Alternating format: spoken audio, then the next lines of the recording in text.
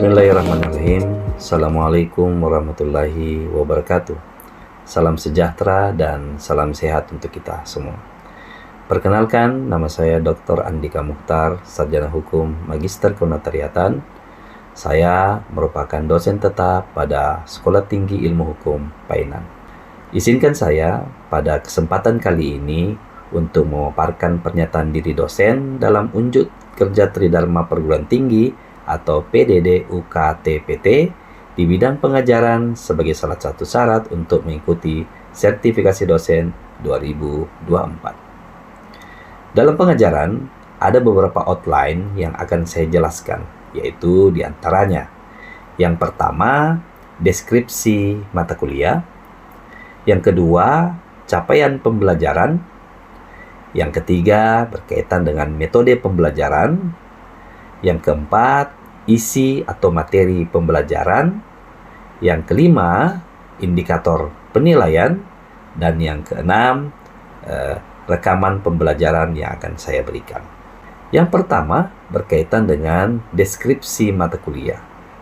Mata kuliah yang saya ampu adalah mata kuliah Hukum Perdata dengan kode mata kuliah MKK 020 yang memiliki bobot 3 SKS. Mata kuliah ini merupakan mata kuliah umum yang wajib untuk diterapkan dalam program studi ilmu hukum, khususnya pada semester 4. Mata kuliah ini bertujuan untuk memberikan kompetensi kepada mahasiswa dalam hal penguasaan teori dan konsep hukum keperdataan, khususnya berkaitan dengan regulasi-regulasi yang mengatur hubungan hukum keperdataan antar sesama subjek hukum, baik subjek hukum orang maupun subjek hukum badan hukum. Selain itu, mata kuliah ini diberatkan pada hal-hal yang bersifat praktik. Tujuannya adalah agar mahasiswa memiliki kemampuan dalam menganalisis masalah-masalah berkaitan dengan hubungan hukum keperdataan sesuai dengan perkembangan zaman saat ini. Berikutnya, capaian pembelajaran. Adapun capaian pembelajaran pada mata kuliah Hukum Perdata diantaranya berkaitan dengan 1. Sikap dan tata nilai; yang kedua, keterampilan umum; yang ketiga, keterampilan khusus; dan keempat, pengetahuan. Berkaitan dengan sikap dan tata nilai, diharapkan mahasiswa dapat berkontribusi dalam meningkatkan mutu kehidupan bermasyarakat, berbangsa, bernegara, dalam memajukan peradaban berdasarkan Pancasila. Yang kedua, keterampilan umum. Ada 2 hal yang berkaitan dengan keterampilan umum. Yang pertama, mahasiswa mampu menerapkan pemikiran hukum yang logis, kritis, sistematis dalam mengembangkan dan mengimplementasikan ilmu hukum dan teknologi. Yang kedua, diharapkan mahasiswa mampu mencari solusi yang kreatif dengan pendekatan masalah-masalah hukum dalam bidang keperdataan yang tentu saja cukup kompleks di dalam hubungan sosial masyarakat. Yang ketiga, berkaitan dengan keterampilan khusus. Tentu saja diharapkan mahasiswa mampu memecahkan masalah-masalah dalam hukum perdata sehingga dapat mewujudkan hubungan-hubungan hukum keperdataan yang sehat sesuai dengan perkembangan zaman saat ini. Yang terakhir, berkaitan dengan pengetahuan. Diharapkan mahasiswa mampu menguasai dan memahami persoalan-persoalan hukum, khususnya hukum keperdataan, yang sesuai dengan perkembangan kondisi sosial untuk mewujudkan kesejahteraan hidup masyarakat. Selanjutnya, berkaitan dengan metode pembelajaran. Dalam proses pembelajaran, saya juga menerapkan beberapa metode. Ada 2 metode yang saya terapkan. Yang pertama, metode konvensional. Dalam metode ini, perkuliahan cenderung berjalan satu arah. Dosen menyampaikan materi, kemudian mahasiswa mengikuti perkuliahan yang disampaikan oleh dosen. Tetapi dalam setiap perkuliahan akan selalu ada evaluasi pembelajaran baik itu berbentuk tugas, ujian tengah semester, dan ujian akhir semester. Yang kedua, metode problem basic learning. Dalam penerapan metode problem basic learning ini, beban aktivitas ada pada mahasiswa, yaitu dengan cara memberikan tugas yang telah saya tentukan sebelumnya. Kemudian mahasiswa dapat mencari sumber-sumber hukum pembelajaran sehingga dapat mewujudkan kemandirian dalam belajar. Metode ini dilakukan dengan membentuk kelompok-kelompok kecil di dalam mahasiswa, entah itu 4-5 orang, nantinya untuk membahas dan menganalisis isu-isu hukum yang telah saya tentukan sebelumnya. Jadi masing-masing kelompok nanti akan membuat sebuah laporan atau presentase hasil pembelajaran mereka dalam kelas. Selanjutnya penilaian akan dilakukan secara menyeluruh, meliputi 1. Kemampuan presentasi yang baik, kemudian tingkat pemahaman dan keaktifan di dalam diskusi. Yang keempat, berkaitan dengan materi pembelajaran. Adapun materi pembelajaran dalam rencana pembelajaran semester yang telah dirancang oleh Sekolah Tinggi Ilmu Hukum Painan, khususnya yang berkaitan dengan mata kuliah hukum perdata, di antaranya 1. Kita akan memahami tentang konsep pengertian dan ruang lingkup hukum perdata. Yang kedua, kita akan mempelajari tentang historical atau sejarah hukum perdata dan masuknya hukum perdata di Indonesia. Yang ketiga, hukum tentang orang yang terdiri dari pembelajaran subjek hukum dan objek hukum. Kemudian yang keempat, mempelajari konsep kewenangan berhak dan kewenangan bertindak di dalam hukum perdata. Yang kelima, konsep hukum kebendaan di dalam hukum perdata. Yang keenam, konsep kewarisan dalam hukum perdata. Kemudian yang ketujuh, teori dan prinsip di dalam wasiat serta macam-macam wasiat dalam hukum perdata. Kemudian yang kedelapan, berkaitan dengan konsep hukum keluarga dan perwalian. Dan yang kesembilan, ruang lingkup hukum perkawinan. Dan terakhir, berkaitan dengan konsep hukum perjanjian di Indonesia pada umumnya. Selanjutnya, saya akan pindah kepada indikator penilaian. Berkaitan dengan indikator penilaian, di dalam setiap pembelajaran yang saya lakukan, ada 4 standar penilaian. Yang pertama, kehadiran. Yang kedua, berkaitan dengan tugas. Yang ketiga, ujian tengah semester. Dan yang keempat, ujian akhir semester. Untuk kehadiran, saya memberikan bobot sebesar 10%. Untuk tugas, saya berikan bobot sebesar 15%.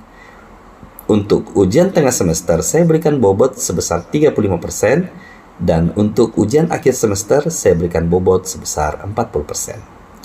Nah, khusus untuk tugas dalam perkuliahan ini, saya memberikan nilai dengan mengukur kemampuan, pemahaman, penguasaan materi dari mahasiswa, serta tentunya keaktifan dalam diskusi.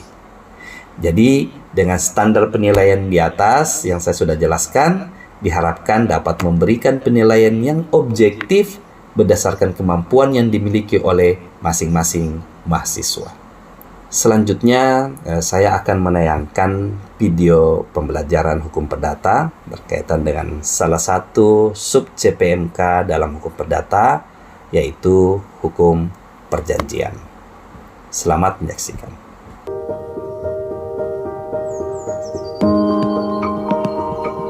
Baik, bismillahirrahmanirrahim. Assalamualaikum warahmatullahi wabarakatuh. Rekan-rekan mahasiswa sekalian, gimana kabarnya? Alhamdulillah. Ya, saya berharap mudah-mudahan semua Anda dan kita semua yang ada dalam ruangan ini selalu dalam keadaan sehat walafiat, ya. Karena Bapak Ibu sekalian, rekan-rekan mahasiswa sekalian, kita dalam menimba ilmu betul-betul harus juga memperhatikan kondisi fisik kita. Karena sekali lagi kita belajar tentang sebuah moto insana in corpore sano, di mana ada tubuh yang kuat, selalu ada jiwa yang besar di dalamnya. Maka dengan motivasi itu, rekan-rekan mahasiswa sekalian, kita menjadikan sebagai cambuk untuk kita terus giat dalam menimba ilmu. Nah, hari ini rekan-rekan mahasiswa sekalian, kita lanjutkan perkuliahan kita masih berkaitan dengan mata kuliah hukum perdata. Kita tahu bahwa di dalam dimensi hukum perdata, hal yang paling inti di dalamnya salah satunya ada perjanjian. Di dalam hukum perdata, tentu saja kita akan berbicara nanti tentang perbuatan hukum yang kita sebut dengan perjanjian, mengikatkan diri orang satu dengan orang satunya lagi atau lebih gitu ya. Nah, tentu saja kita harus memahami substansi dari perjanjian ya. Jadi oleh karena itu kita akan coba masuk tentang substansi dari perjanjian itu sendiri. Nah, dalam hukum perdata itu ada beberapa sumber-sumbernya. Sumber pertama adalah perjanjian. Maksudnya adalah ketika si A dan si B melakukan perjanjian, maka itu menjadi sumber hukumnya, perjanjian itu yang disepakati secara bersama-sama. Itu ya. Yang kedua, ada yang disebut dengan alimentasi dan servitude. Alimentasi adalah kewajiban orang tua, satu, untuk menafkahi anaknya, untuk memberikan sekolah kepada anaknya. Jadi Bapak Ibu sekalian, kewajiban dari orang tua itu tanpa diperjanjikan kepada anak, undang-undang sudah mengaturnya. Maka itu disebut dengan sumber-sumber hukum perikatan. Jadi si anak dan orang tua tanpa melakukan perikatan, sudah perintah undang-undang bahwa orang tua harus menafkahi anaknya, orang tua harus memberikan pendidikan kepada anaknya. Itu perjanjian. Pertanyaannya, bisa digugat? Bisa kalau si anak mau, tapi kan tidak mungkin kan ada anak gugat orang tuanya. Tapi ingat, ini diatur dalam perjanjian. Itu namanya alimentasi di dalam pasal 321. Berikutnya ada disebut dengan servitude tuh, ya, atau diatur dalam pasal 674. Apa itu servitude? Servitude itu adalah pemanfaatan pekarangan. Jadi kalau Bapak Ibu sekalian punya tetangga di belakang rumah Anda, itu Anda harus berkewajiban memberikan dia akses jalan. Nggak boleh nggak. Bisa digugat perdata? Bisa. Maka itu di dalam Undang-Undang Pokok Agraria pasal 6 dijelaskan bahwa tanah itu ada fungsi sosialnya. Itulah fungsi sosialnya, memberikan akses jalan. Jadi tidak perlu lagi diperjanjikan. Kalau Anda punya tetangga di belakang, berikan dia akses jalan. Nah, sekarang kita masuk pada sumber yang ketiga, yaitu undang-undang plus ada perbuatan manusia. Intinya adalah misalnya ya, undang-undang melarang kita untuk melakukan one prestasi. Undang-undang melarang kita melakukan one prestasi. Tetapi tiba-tiba ada perbuatan manusia yang melakukan one prestasi, maka dia dianggap sebagai melawan hukum, maka harus bisa digugat, bisa dipermasalahkan, ya kan? Nah, Bapak Ibu sekalian, jadi ini adalah sumber-sumber hukum dalam perikatan. Ini 3 adalah sumber-sumber perikatan. Kita bisa ambil dari sumber perikatan. Oke? Kita tahu dalam hukum perdata ada yang sifat tertutup dan sifat terbuka. Kalau sistem tertutup itu hanya diperuntukkan untuk benda saja. Benda itu adalah objek yang akan kita miliki. Ya, tertutup. Kalau terbuka itu berkaitan dengan perjanjian. Intinya begini. Terbuka dalam perjanjian ini ya, hanya bebas mengadakan perjanjian dalam bentuk apapun. Tuh, itu maksudnya terbuka. Jadi kalau terbuka itu berkaitan dengan perjanjian. Artinya kita bebas boleh membuat perjanjian bentuknya apa saja, boleh melakukan perjanjian dengan siapa saja, tuh. Boleh juga kita lakukan perjanjian dengan mengesampingkan undang-undang yang mengatur, boleh, tuh. Ya kan? Itu boleh dilakukan. Oke. Nah, beda hukum perdata dari segi sistem yang tertutup, berkaitan dengan benda. Jadi artinya tidak boleh ada hak kebendaan lain selain yang sudah ditentukan oleh undang-undang.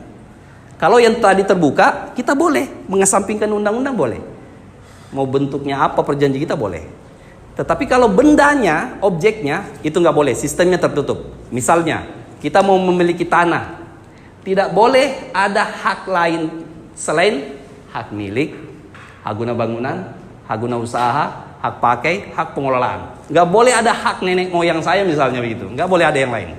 Karena itu disebut dengan sistemnya tertutup. Tuh. Hanya yang ditentukan oleh undang-undang yang boleh kita akui sebagai hak. Ya. Itu maksud dari sistem terbuka dan tertutup dalam hukum perdata.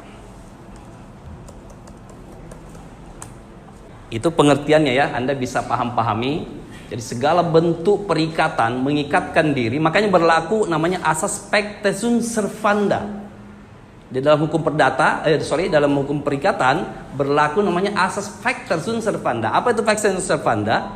Adalah asas yang menjelaskan tentang perjanjian itu ketika disepakati akan menjadi undang-undang bagi mereka yang mengikatkan dirinya.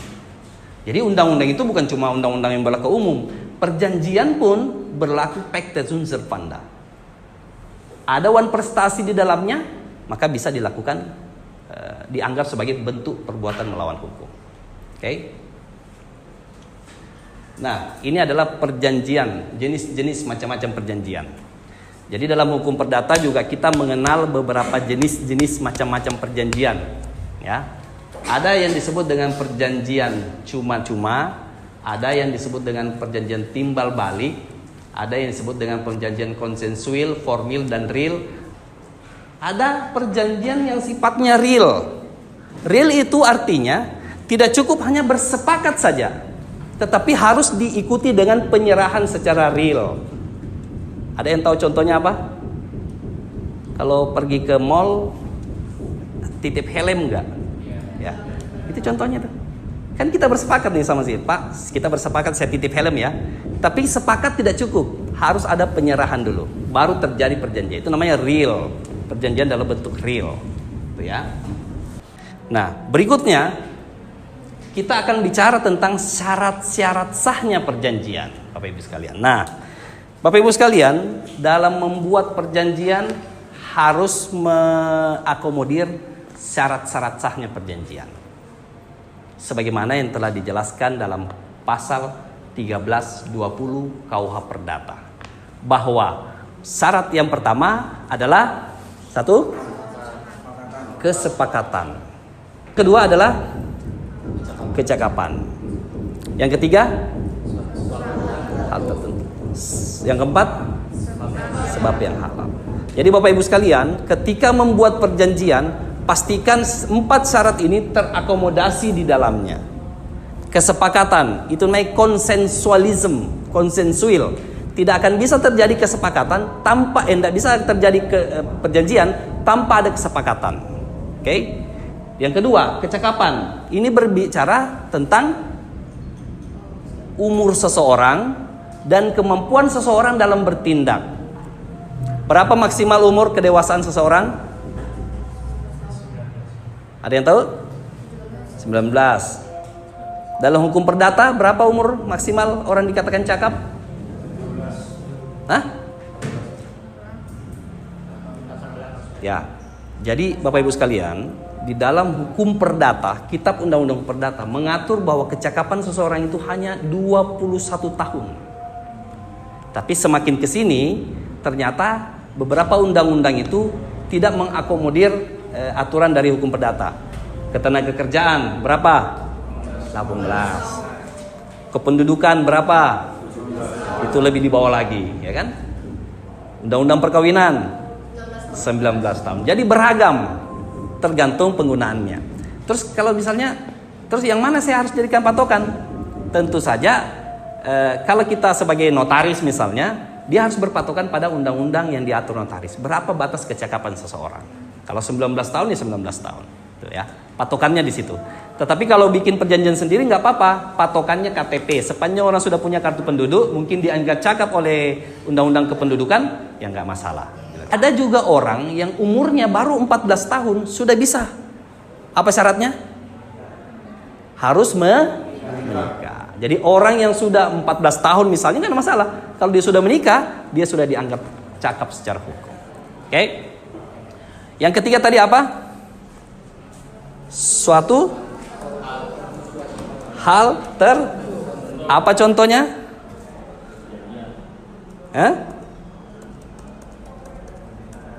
Apa contohnya? Hal tertentu?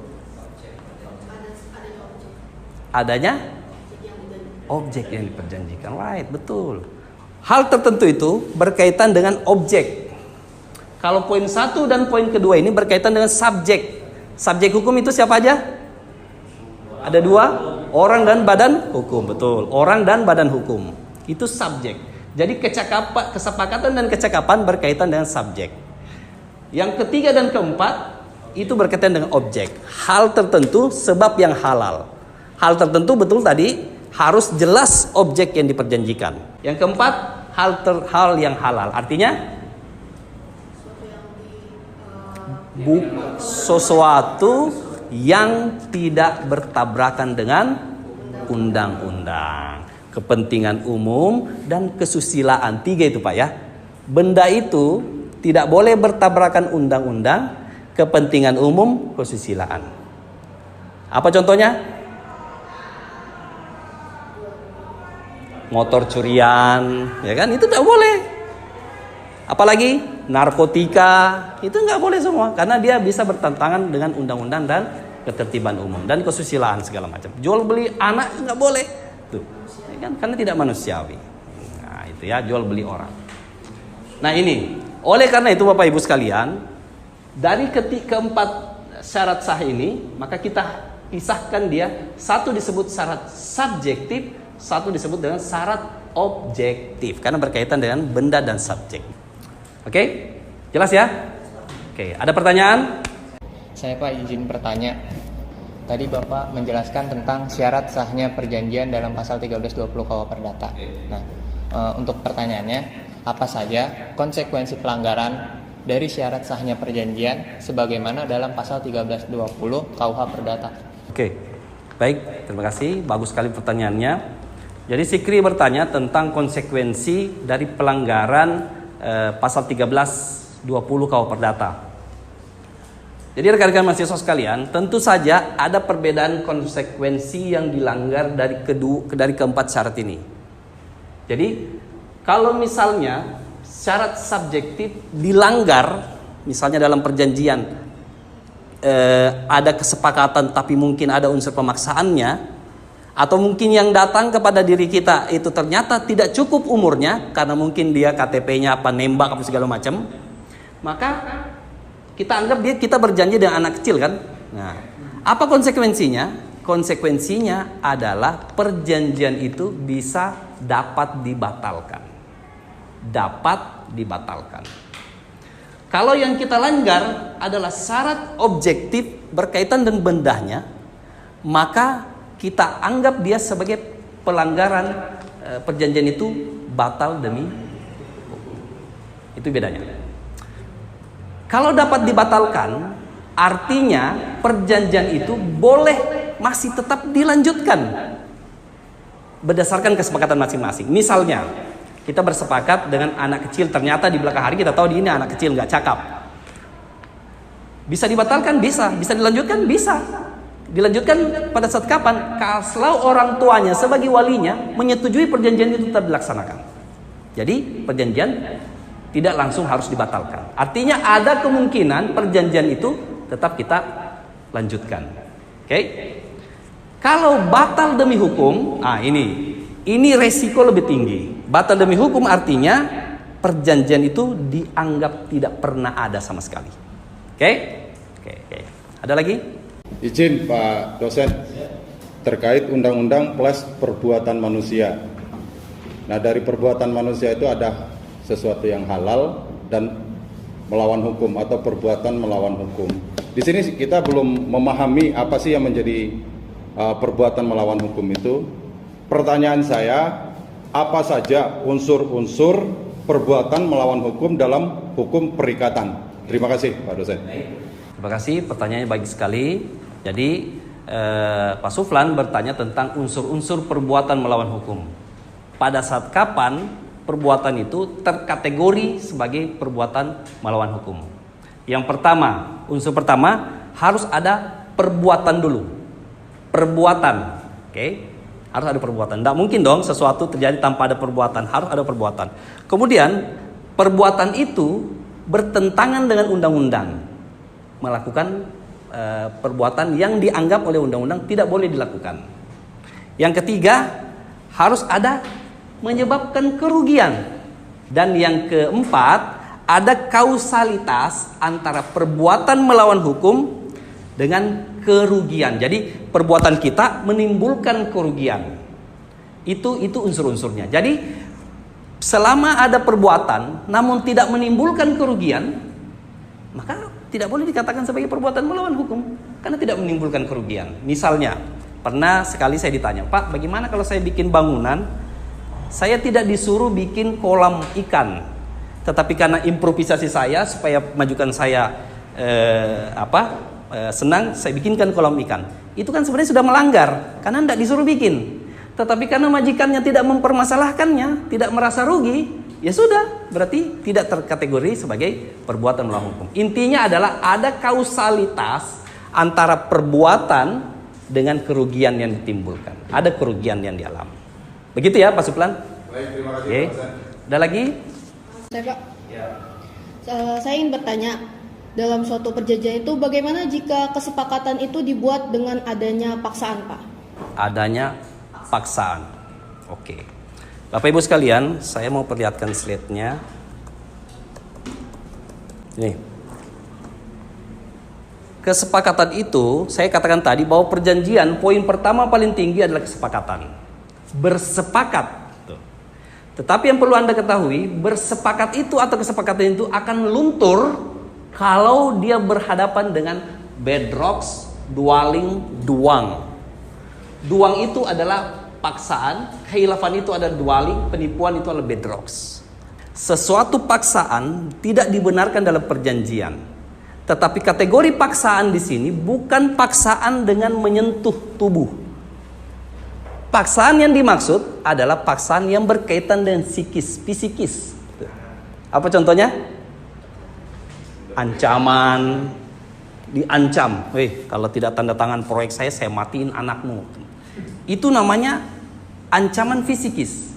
Dalam hukum perdata itu yang dimaksud. Paksaan seperti itu yang dimaksud. Kalau misalnya ada tanda tangan terus jempolnya dipaksa begitu, itu fisik namanya. Larinya ke pidana. Tuh. Kalau sentuhan tangan tubuh menyakitkan, larinya pidana. Jadi yang dimaksud dalam hukum perdata paksaan itu bisa menggugurkan kesepakatan kalau dia ada paksaan secara fisikis. Oke? Saya kira cukup ya Bapak Ibu sekalian. Jadi saya berharap mudah-mudahan apa yang saya sampaikan hari ini dalam perkuliahan kita hari ini berkaitan dengan hukum perdata, khususnya berdimensi perjanjian, bisa menjadi referensi untuk Anda semua dan bisa menjadi bekal keilmuan Anda. Saya kira itu saja.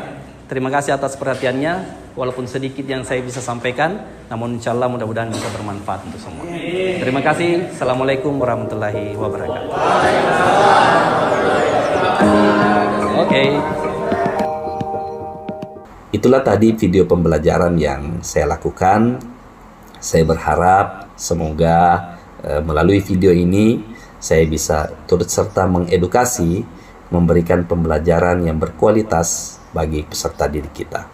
Semoga bisa bermanfaat untuk kita semua. Demikian rangkaian pemaparan materi pernyataan diri dosen dalam unjuk kerja Tridharma Perguruan Tinggi atau PDD UK TPT di bidang pengajaran. Saya selalu berpesan untuk teruslah berkarya dan selalu menjadi motivasi yang positif dalam kehidupan kita masing-masing. Sekian, terima kasih. Assalamualaikum warahmatullahi wabarakatuh.